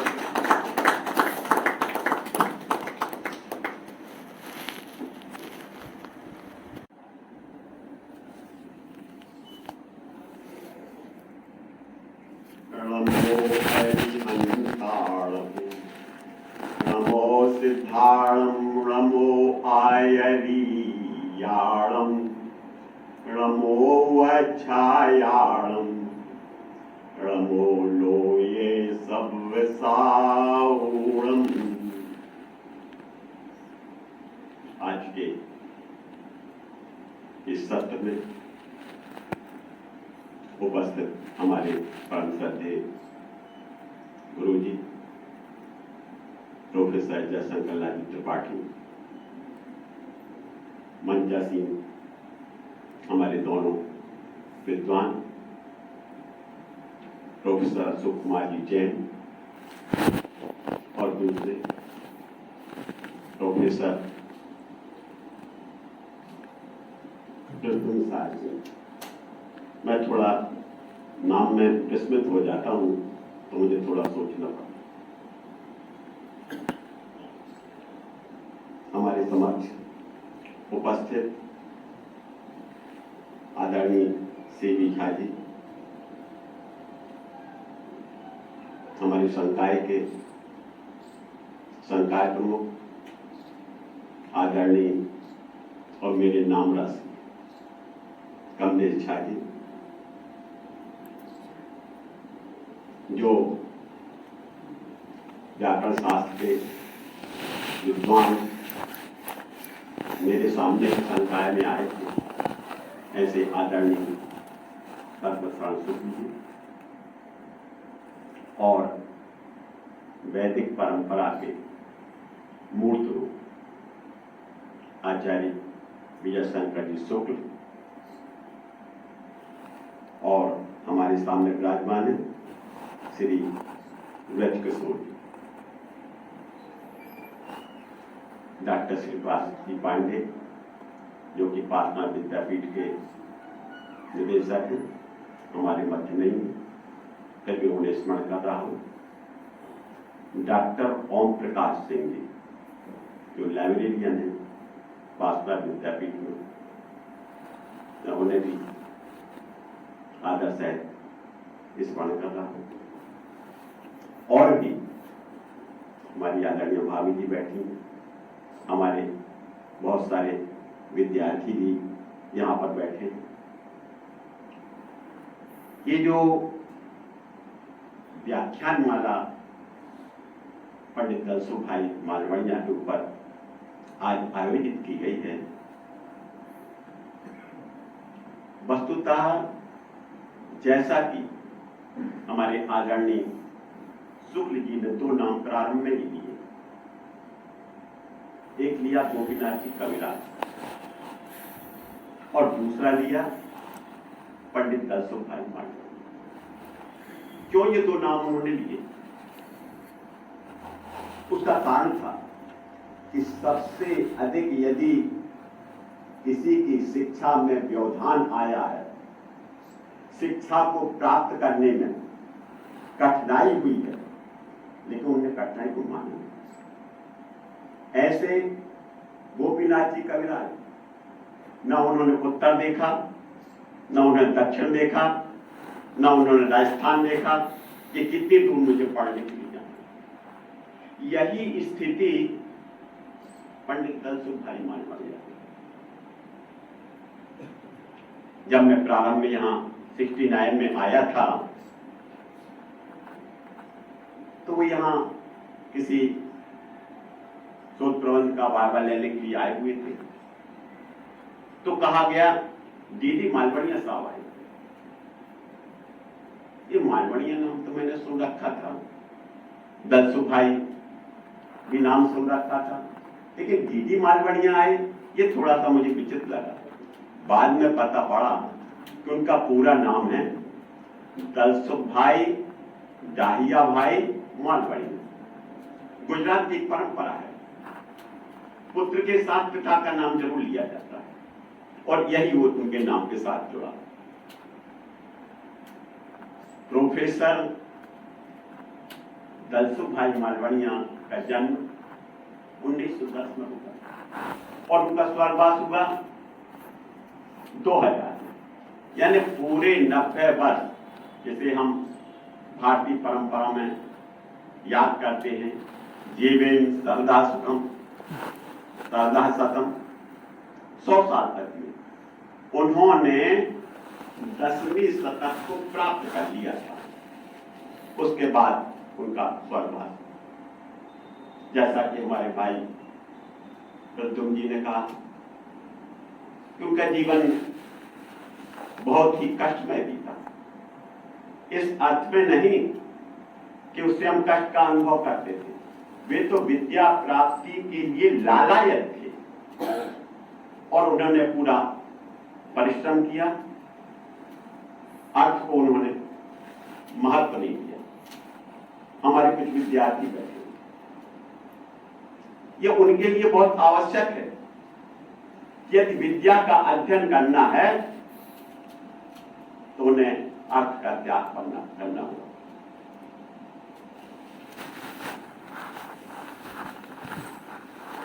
क्षण त्यागे कुतो विद्या, कण त्यागे कुतो। एक एक क्षण का उपयोग करना चाहिए। और हमारा जो इतिहास है, जो हमारे महापुरुष हैं, जिनको हम बड़ा आदर्श मानते हैं, उनके जीवन से हमें ये शिक्षा लेना चाहिए कि कैसे उन्होंने अभावों में रहते हुए भी विद्या के प्रति जो उन्होंने लालसा जगाई और अपने लक्ष्य को निर्धारित किया और वो उस लक्ष्य को प्राप्त किया। उन्हें ऐसे ऐसे गुरुजन मिले, जन्मेजय जी, पूर्ण विजय जी, जिनके माध्यम से उन्होंने न केवल प्राकृत का बल्कि संपूर्ण जैनागम का उन्होंने अध्ययन किया। एक नाम जो है ना, मैं समझता हूं बार बार छूट जा रहा है। ये नाम हो सकता है मेरे सुनने भी कमी हुई हो, लेकिन ना तो हमारे साहिब जी ने लिया नाम और ना हमारे डॉक्टर अशोक जी। वो नाम है पंडित बेचर दास जी, जो उनके गुरु थे। तो जब त्रयी की बात चलती है तो उसमें पंडित बेचर दास जी, पंडित सुखलाल जी संघवी और पंडित दलसुख भाई मालवणिया, ये तीन विद्वान ऐसे हैं जिन्होंने सारे आगमों को, सारे दार्शनिक ग्रंथों का उन्होंने आलोकन विलोकन किया। जैसा कि आप पूर्व सुन चुके हैं कि जब 10 वर्ष की उम्र में उनके पिताजी का स्वर्गवास हो गया, परिवार के सामने कठिनाई आ गई। 4 भाई और 1 बहन, दलसुख भाई मालवणिया सबसे बड़े, और 10 वर्ष की उम्र में यदि परिवार का भार किसी के ऊपर आ जाए तो बड़ी मुसीबत में जाए। लेकिन की मां बड़ी साहसी थी, बहुत साहसी थी। उनका नाम था पार्वती बहन, बड़ी साहसी। उन्होंने कहा कि पिता के मर जाने से तुम्हारी विद्या में किसी प्रकार का व्यवधान उपस्थित नहीं होना चाहिए, विद्यार्जन करो। और ऐसे में जो सुरेंद्र नगर में स्थित एक आश्रम था, अनाथालय, उसमें उनको शरण मिली वहां पर 7 साल तक रहे। मजे की बात ये कि जिसके अंदर विद्या की लालसा हो उसके लिए कुछ भी अधूरा नहीं है, वह अपने लक्ष्य को प्राप्त कर जाए। वहां की जो लाइब्रेरी थी, उस लाइब्रेरी के अधिकांश ग्रंथों को जब समय मिलता था उन्होंने पढ़ लिया और वहां का जो पुस्तकालय था उसको व्यवस्थित कर दिया। ये हमारे डॉक्टर ओम प्रकाश जी बैठे हैं, ये जानते हैं, एक एक पुस्तक का पोस्टमार्टम ये करते हैं। पहले तो पुस्तक आती है, इनके टेबल पर आती है, जब तक ही उसको पलटा करके उलट करके उसमें क्या विषय है, क्या विषय वस्तु क्या लेंगी, जब तक नहीं तब तक नंबर चढ़ा करके वहां नहीं रखते। तो जो पुस्तकालय का काम करता है वो एक एक पुस्तक को अपनी दृष्टि से निकालते हैं। प्रोफेसर दलसुभाई मालवणिया ने भी उसी प्रकार से एक एक पुस्तक को देखा और उसके बाद में उनका जो अध्ययन था वो और आगे बढ़ता गया। और कैसी कठिनाई जीवन में आती है, हमारे ये विद्यार्थी यदि उस कठिनाई में गुजर जाएं तो परेशान हो जाएंगे। लेकिन उनके सामने स्थिति आई, उनके चाचा जी थे मकन जी महाराज, उन्हें मालूम पड़ा कि एक गृहस्थ विद्वान तैयार करने के लिए एक स्कीम बनाई गई है। उसमें नियम यह है कि जो गृहस्थ विद्वान बनना चाहता है उसको पहले साल में 40 रुपया, दूसरे में 50 रुपया और तीसरे में 65 रुपया दिए जाएंगे और उसे पढ़ने के बाद 3 साल तक सेवा करना अनिवार्य। उनके चाचा जी ने उन्हें संकेत किया कि आप वहां जा सकते हैं, लेकिन समस्या ये थी कि संस्था बीकानेर में थी, ये वहां गुजरात में बैठे हुए थे, वहां से यहां तक जाने का किराया उनके पास नहीं। तब एक संस्था ने सहयोग किया और उनको बीकानेर भिजवाया। वहां उन्होंने अध्ययन किया, पढ़ाया भी, स्वयं भी पढ़ा। वहां पर एक पंडित जी थे, पंडित शोभा चंद जी भारे, उन्हें आगमों का अच्छा ज्ञान था। उन्होंने इतना पढ़ने के बाद भी, इतना अध्ययन करने के बाद भी अपनी विद्वत्ता का प्रदर्शन नहीं किया, बल्कि एक शिष्य की भांति उनसे, पंडित शोभा चंद जी भारे से भी उन्होंने श्वेतांबर आगमों के साथ ही दिगंबर आगमों का अध्ययन किया और इस प्रकार से वो आगे बढ़ते। बहुत सारी बातें जैसा कि बताया गया है। मैं काशी हिंदू विश्वविद्यालय में जिस परंपरा की यहां चर्चा चल रही है उस परंपरा का मैं 5वां हूं। पहले सुखलाल जी संघवी, दूसरे दलसुभाई मालवणिया, तीसरे डॉक्टर दरवाई लाल जी कोठिया, चौथे डॉक्टर गोकुल चंद जी जैन और 5वां नाम मेरा। मैं 5वीं पीढ़ी का और एक विद्यार्थी बैठा हो 6ठी पीढ़ी में। तो जब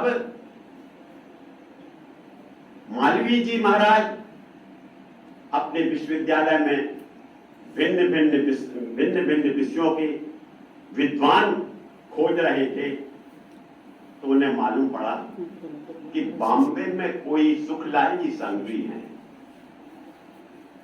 मालवीय जी तो चले गए, किसी काम से गए और जाकर के उन्होंने अपनी झोली फैला दी।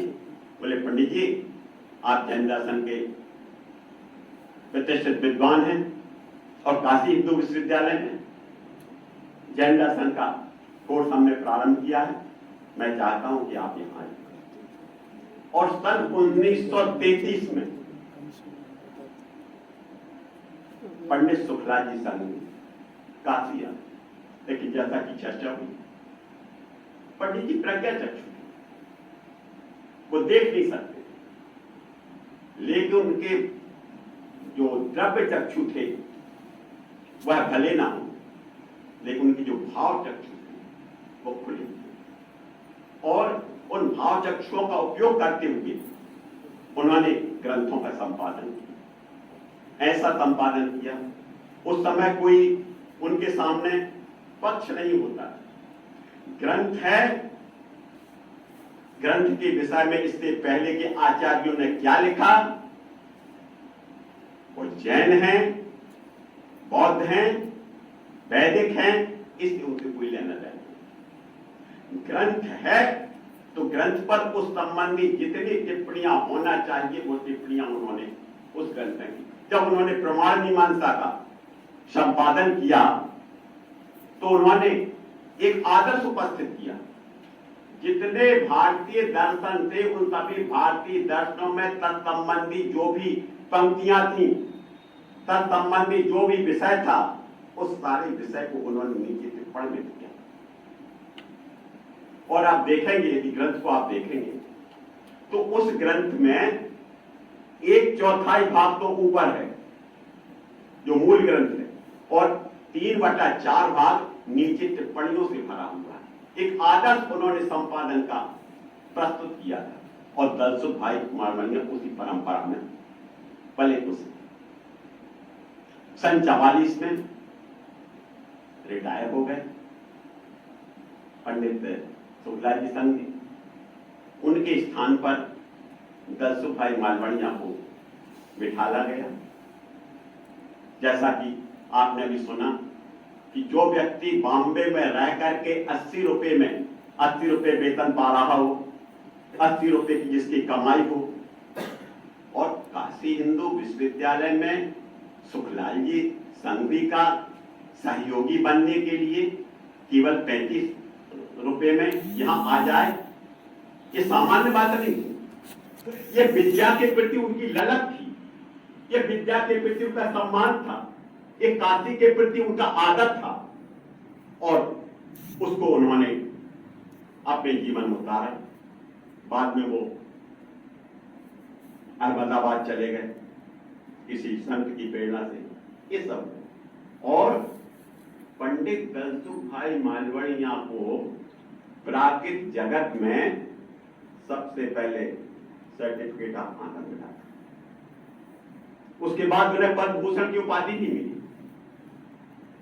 उन्हें ऐसे ऐसे गुरु मिले, बेचर दास जी जैसे गुरु मिले, लेकिन बेचर दास जी का जीवन जो था वो राष्ट्र के प्रति उनका विशेष प्रेम था और उनको जेल जाना पड़ा। तब पंडित दलसुख भाई मालवणिया ने सोचा अब क्या किया जाए, और उन्होंने सोचा कि गुरुजी तो चले गए जेल, माता जी की हम सेवा करेंगे। लेकिन माता जी ने भी ऐसा नहीं किया। उन्होंने कहा बेटे आपको आगे बढ़ना है, हम अपना जीवन भोग लेंगे, लेकिन आपका भी प्रारंभ है। और लेकर के उनको शांति निकेतन भेजा गया। शांति निकेतन में पाली का अध्ययन किया, बौद्ध आगमों का अध्ययन किया, बौद्ध दर्शन का अध्ययन किया और उन्हें गुरु कौन मिले? महामहोपाध्याय विदु शंकर भट्टाचार्य, उनसे उन्होंने अध्ययन किया। इसी प्रकार वहां पर उन्होंने पाली प्राकृत का भी अध्ययन किया और जैन दर्शन। ये सब बात इसलिए बताई जा रही है यहां पर कि हमारे जो नवयुवक हैं, जो हमारे अनुज विद्वान हैं, वो इस बात को जाने कि यदि विद्या अध्ययन करना है, विद्या के प्रति राग है, तो ये कष्ट जो है ना, चाहे रुपये पैसे संबंधी हो और चाहे शारीरिक कष्ट हो, कितना भी हो, लेकिन विद्या के प्रति आपकी ललक है तो आप अपने लक्ष्य को प्राप्त कर जाएंगे। और यही बात पंडित दलसुख भाई मालवणिया के संदर्भ में कही जा सकती। अब बात आती है एक दूसरी कि आज हमारे आदरणीय भाई प्रोफेसर प्रद्युम्न साय सिंह जी ने अपना वक्तव्य प्रस्तुत किया और उनका जो विषय है वो आचार्य दिंगनांग जो बौद्ध न्याय का प्रारंभिक स्वरूप न्याय सूत्र के परिप्रेक्ष्य। भाई प्रोफेसर अशोक कुमार जी ने मेरा भार बहुत हल्का कर दिया। उन्होंने बहुत कुछ ज्ञान न्याय के संदर्भ में, बौद्ध न्याय के संदर्भ में अपनी बातें कही। पर मैं एक बात कहूंगा, प्रोफेसर प्रद्युम्न सहाय सिंह जी ने न्याय प्रवेश जो है पूरा का पूरा इस ग्रंथ में लिख दिया है, और समय के अभाव में उन्होंने पूरा तो नहीं पढ़ा, लेकिन जो उसके मुख्य मुख्य बिंदु थे उन मुख्य मुख्य बिंदुओं पर उन्होंने संक्षेप में प्रकाश डाला है और बहुत अच्छा उनका अध्ययन है। मैं जानता हूं जितने वो संस्कृत के विद्वान हैं उतने ही पाली के, प्राकृत के और एक और भाषा पंजाबी के भी वो बड़े अच्छे जाना है, हिंदी के तो, अंग्रेजी के तो, कविता भी बहुत अच्छी डाली थी। जब वो किसी व्यक्ति के ऊपर कविता लिखते हैं तो उसके सारे व्यक्तित्व को संक्षेप में प्रस्तुत करते हैं। आचार्य सिन्हा न्याय प्रवेश के जो रचयिता हैं, इनका काल दो लोगों ने प्रस्तुत किया है। एक महामहोपाध्याय सतीश चंद्र विद्यालंकार, उन्होंने 450 से 530 तक इनका काल माना। लेकिन दूसरे विद्वान हैं, इतिहासकार है लामा तारानाथ, उन्होंने इनका समय 345 ईस्वी बताया। बहुत अंतर नहीं है, एक 4वीं शताब्दी का कह रहा है, एक 5वीं शताब्दी कह रहा है, लेकिन इतना निश्चित है कि वो पूर्ववर्ती है। और उन्होंने जब न्याय प्रवेश लिखा होगा तो निश्चित रूप से बौद्ध न्याय की उन्होंने नींव रखी है, और ये नींव का ग्रंथ है, और नींव का ग्रंथ तो संक्षिप्त ही होता है, और संक्षेप को बारी बारी विस्तार दिया जाता है। इस पर टीका लिखी, वृत्ति लिखी आचार्य हरिभद्र सूरी ने, और पंजिका लिखी आचार्य पार्शदेव ने, उन्होंने पंजिका लिखी। एक बात मेरे समझ में नहीं आई, जब हरिभद्र सूरी एक प्रतिष्ठित विद्वान थे, वैदिक परंपरा थे, उनसे कोई शास्त्रार्थ नहीं कर सकता था, क्योंकि उन्हें सारे शास्त्रों का अध्ययन किया था, उन्हें ज्ञान था। लेकिन एक दिन गड़बड़ी ये हुई कि अब सुबह सुबह वो घूमने जा रहे थे तो एक साथी जी महाराज थे, वो कुछ गाथाएं पढ़ रही थी। तो गाथाओं को उन्होंने सुना और जाकर के उनसे पूछा कि आप गाथा पढ़ रही थी, इसका अर्थ क्या है? उन्होंने कहा देखिए मैं तो बता नहीं सकती हूँ, मेरे गुरु आ गया, चलिए गुरु जी के पास चले और हम लोग जाकर के वहां इसका अर्थ आप समझ लीजिए। गुरु जी के पास चले गए, श्रावकों के साथ साध्वी जी चली गई। वहां जाकर के गुरु जी से जब पूछा तो गुरु जी ने एक शर्त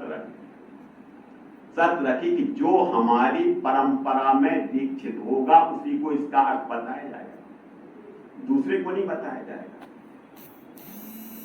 बड़े सरल थे हरिभद्र सूरी। उन्होंने लेकर के उनकी परंपरा में, जैन परंपरा में दीक्षा ली, और दीक्षा लेकर के सद्द्रव्य क्या है, 9 पदार्थ क्या है, इसका उन्होंने ज्ञान प्राप्त किया। इस प्रकार से वो वैदिक ग्रंथों के तो अध्येता थे ही, जैन दर्शन के ग्रंथों के भी अध्येता। जैन दर्शन के ग्रंथों में बौद्ध ग्रंथों की कुछ पंक्तियां आती हैं, और उन पंक्तियों को जब तक आप नहीं समझेंगे तब तक आप उनका खंडन मंडन नहीं कर सकते। तब क्या किया जाए? क्योंकि वो जैन के भी ज्ञाता थे, बौद्ध के ज्ञाता, पूर्व पक्ष पढ़ करके वो बन गए थे, तो उन्होंने एक काम किया, उन्होंने न्याय प्रवेश पर वृत्ति लिखी। मैं नहीं समझता कि एक जैन दर्शन का इतना बड़ा विद्वान क्यों लिखेगा, लेकिन उन्होंने वृत्ति का नाम रखा उन्होंने शिष्य हिता वृत्ति। यानी यहां संप्रदाय का मोह नहीं है कि मैं जैन हूं, मैं बौद्ध हूं, मैं वैदिक हूं, मैं कौन हूं, या इससे कोई लेना नहीं, लेकिन जिससे विद्यार्थियों का हित साधन हो, जिससे विद्यार्थियों का हित हो जाए, ऐसा कार्य करने के लिए उत्तर हो रहे थे। और उन्होंने तो कर दिया। मैं चिंतन करता हूं कि एक कारण तो ये हो सकता है, ठीक है, शिष्यों के हित के लिए विशिष्टता वृत्ति लिखी, और कोई कारण क्या हो सकता है? तो मेरे दिमाग में एक बात आई कि एक वैदिक संस्कृति, दूसरी श्रवण संस्कृति के दो अंग, एक जैन संस्कृति, एक बौद्ध संस्कृति। और श्रवण संस्कृति में अहिंसा को प्राथमिकता दी गई, चाहे जैन हो चाहे बौद्ध हो, दोनों को उन्हें प्राथमिकता दी, और दोनों में अहिंसा की प्रधानता थी। इसलिए उस अहिंसा को परिपुष्ट करने के लिए उन्होंने शिष्यता वृत्ति। एक बात और, कुछ शब्द ऐसे हैं जो दोनों परंपरा में समान हैं, जैसे सर्वज्ञ है, जैन शब्द है, जितना प्रतिष्ठित जैन परंपरा में है उतना ही प्रतिष्ठित बौद्ध परंपरा में। अमरकोशकार ने लिखा है, सर्वज्ञ सुगतो बुद्धो धर्मराज तथागता समंत्र भद्रो भगवान मार्ग लोक जित जिना। एक सर्वज्ञ और एक लोकजित के बाद जिना, ये दो शब्द जो है उन्होंने प्रयोग किए। जब वो शिष्यता वृत्ति लिखने लगे तो उन्होंने मंगलाचरण करने के पूर्व में उन्होंने लिखा सर्वज्ञाय नमः। यानी कि चाहे वो सुगत हो और चाहे वो जैन हो, यदि वो सर्वज्ञ हैं, सब कुछ जानने वाले हैं, उनका ज्ञान परिपूर्ण है, परिपक्व है,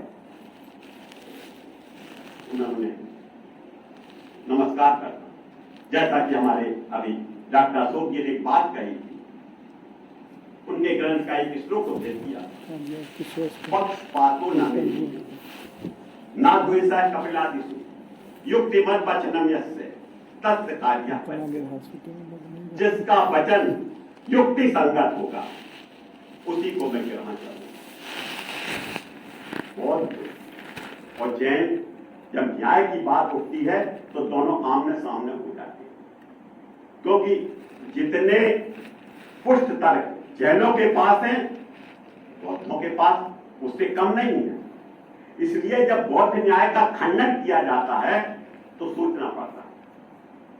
मुझे याद आ रहा है पंडित कैलाश चंद जी शास्त्री, शाहबाद महाविद्यालय के पूर्व प्राचार्य, पूर्व अधिष्ठाता और हमारी जो विद्वत मंडली है उन सबके गुरु, वो किसी ग्रंथ का अनुवाद कर रहे थे। अनुवाद न्याय का था, अनुवाद न्याय के ग्रंथ का। जब वो अनुवाद कर रहे थे तो जैसे ही बौद्धों की पूर्व पंक्ति आई तो वो तो अटक गए। जब तक पूर्व पक्ष को ठीक ठीक न समझ लिया जाए तब तक उसका खंडन करना मुश्किल है। पंडित जी ने बहुत प्रयत्न किया, कुछ सामान्य अर्थ आया समझ में, लेकिन विशेष अर्थ किया। उन्होंने एक सिर्फ लिखी, चपरासी को दी, कहा जाओ पंडित उदय चंद जी को बुला के लाओ। और जैसे ही पंडित जी के पता पड़ा उदय चंद जी को कि मुझे गुरु जी ने याद किया है, तो अपने ही विद्यार्थी को उन्होंने याद किया। वो बौद्ध दर्शन में बहुत अच्छे विद्वान थी। यहाँ जैन बौद्ध दर्शन में पहले बौद्ध दर्शन अध्यापक रहे, बाद में वो रीडर बन गए। उन्होंने कई ग्रंथों के अनुवाद किए जो क्लिष्ट ग्रंथ हैं। न्याय कुमार चंद्र पर उन्होंने लिखा, फिर एक कमल बाटन पर उन्होंने लिखा। तो इन ग्रंथों में कार्य किया तो उनको बुलाया गया। अर्थशास्त्री का काम किया, जिसे कि लोग अर्थशास्त्री कष्ट शास्त्री कहते हैं, उस पर उन्होंने काम किया। तो लेकर के उनको बुलाया और वो तत्काल कपड़ा पहन करके आए। उन्होंने कहा पंडित जी क्या आदेश है? बोले आइए पंडित जी आइए। उन्होंने कहा ये पंक्ति का मैं सामान्य अर्थ तो समझ गया, लेकिन इसका विशेष अर्थ मुझे समझ नहीं आया, क्योंकि मुझे उसका खंडन करना। उन्होंने अपने शिष्य से उस पंक्ति का अर्थ लगवाया, और जब उन्होंने अच्छी तरह समझ लिया तब जाकर के उन्होंने उसका खंडन किया। कहना मैं ये चाह रहा हूं कि जब तक आप पूर्व पक्ष को न समझ लेंगे ठीक ठीक, तब तक आप उत्तर पक्ष लिख नहीं सकते। जैसा कि एक दृष्टांत अशोक जी ने स्वयं शेखर जी का सुनाया, वस्तुतः जब तक आप तन्मय ना हो जाएं, गुरु जी लोग बैठे हैं, मतलब हमारे गुरु जी बैठे हैं, वो मयट प्रत्यय के साथ में है क्या, मैं वो ज्यादा नहीं जानता, लेकिन मुझे पता तन्मय हो जाना, उस रूप हो जाना। जब उन्होंने चेष्टा वृत्ति लिखी तो तन्मय हो गए, यानी बौद्ध होकर के जब तक स्वयं अपने आप को बौद्ध आचार्य के रूप में प्रतिष्ठित नहीं करेंगे तब तक उसकी वृत्ति लिखना बड़ा मुश्किल हो जाएगा। तो उन्होंने उसकी वृत्ति लिखी। मैं एक पंजिका शब्द पर लेकर थोड़ा अटक गया। आचार्य वासुदेव ने इस पर पंजिका लिखी है, न्याय प्रवेश वृत्ति के ऊपर पंजिका लिखी है। मैं बड़ा चक्कर में पंजिका क्या होता है, सामान्य अर्थ में समझ रहा था कि पंजिका का अर्थ होता है एक समूह कुछ इस प्रकार का होना चाहिए, उसका मतलब इकट्ठा करके, पर मुझे संतोष नहीं। मैंने आज प्रातः काल अमरकोश निकाला और उसके तीसरे कांड के 5वें वर्ग के 7वें श्लोक में वो शब्द आया हुआ था पंजिका, और उसमें लिखा हुआ था उसका संपूर्ण पदों की व्याख्या। तो संपूर्ण पदों की व्याख्या किसने की बाद में? आचार्य वासुदेव। इसका मतलब यह है कि वो भी जैन दर्शन के साथ बौद्ध दर्शन के अच्छे विद्वान थे, यदि अच्छे विद्वान नहीं थे, निष्णात विद्वान नहीं थे, तो उसकी पंजिका वो नहीं लिख सकते। तो जब हम तुलनात्मक दृष्टि से देखते हैं कि दर्शनों का अध्ययन करना, बौद्ध ग्रंथ का अध्ययन करें तो बौद्ध बन के देखिए, हमारी दृष्टियां हैं या सत्य अच्छा नहीं कर, ये बौद्ध दर्शन सिद्धांत है जो सत्य है, जिसकी सत्ता है, सत्ता तत्व पर आचार्य कुल मिलेगी, सभी पदार्थों की सत्ता है। तो यह सत्य क्षणिकम, ये कह रहे हैं बौद्ध आचार्य। और जब क्षणिक है तो जैनाचार्य उसको स्वीकार करते हैं नहीं, जैनाचार्य उसको स्वीकार करते हैं, ऐसा नहीं कि वो स्वीकार नहीं करते, लेकिन वो एक दृष्टि स्वीकार करते हैं कि जो बौद्धाचार्य कह रहे हैं वो एक दृष्टि है उनकी, एक देश कथन उनका तो सत्य है। क्योंकि जैन लोग द्रव्य के साथ पर्याय को मानते हैं, द्रव्य स्थायी है लेकिन उनके पर्याय जो है हर क्षण बदलती रहती है। उन्हीं को लेकर के उन्होंने अपनी बात कही। और जैन दर्शन में आचार्य उमा स्वामी ने 7 नयों का विवेचन किया है, नैगम, संग्रह, व्यवहार, ऋजुषु, शब्द, समग्रूढ़ एवं भूखन। इस 7 प्रकार के नयों की चर्चा की। नयों का अर्थ 7 प्रकार की दृष्टियां होती हैं, और 7 दृष्टियों में से एक दृष्टि बौद्धों की है। जब वो पदार्थ के लिए किसी को क्षणिक मानते हैं तो पर्याय तो नित्य प्रति बदलती रहती है, तो उसको आधार बना के यदि वो कहते हैं, पर्याय को आधार बना करके कहते हैं कि यह सत्य क्षणिकम, जो सत्य वो क्षणिक है, तो वाकई में जो हम कल थे वो आज नहीं है, जो आज है हम कल नहीं रहेंगे, पर्याय बदलती रहती हैं। तो क्षणिक बात की उन्होंने वहां पुष्टि की है। ये बहुत सारी बातें मैंने भी इसमें कुछ नोट कर रखी थी। अभी बात उठी एवी थ्रोट की बात कि उन्होंने उसका संपादन करके वृत्ति वृत्ति का और पंजिका का संपादन करके और उसको प्रकाशित कराया। आपने कहीं और बताया, मैंने जो पढ़ा वो बड़ौदा में उसे प्रकाशित हुआ है, और उस पुस्तक को मैंने देखा, ओम प्रकाश जी यहाँ बैठे हुए, इनके पुस्तकालय में विद्यापीठ में, पाटना विद्यापीठ में पुस्तक उपलब्ध है।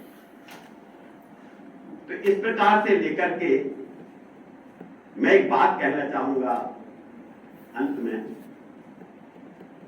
कि हमारे मित्र आदरणीय डॉक्टर प्रद्युम्न साह सिंह जी ने बड़ी मेहनत कर इसकी एक एक पंक्ति को उठाकर और इसमें उन्होंने अनुवाद साहित्य को दिया है। अपने विचारों को उन्होंने यहाँ प्रस्तुत किया है। मैं तो आदरणीय आगे शुक्ल जी से कहना चाहूंगा कि ये जो न्याय के जो विद्वान हैं उन तक इस पुस्तक को जरूर भिजवाया जाए। इससे न्याय प्रवेश जो आज अनुपलब्ध है वह लोगों को साथ उपलब्ध हो जाएगा और उसके साथ ही उसकी जो हिंदी व्याख्या है वो भी उपलब्ध हो जाएगी।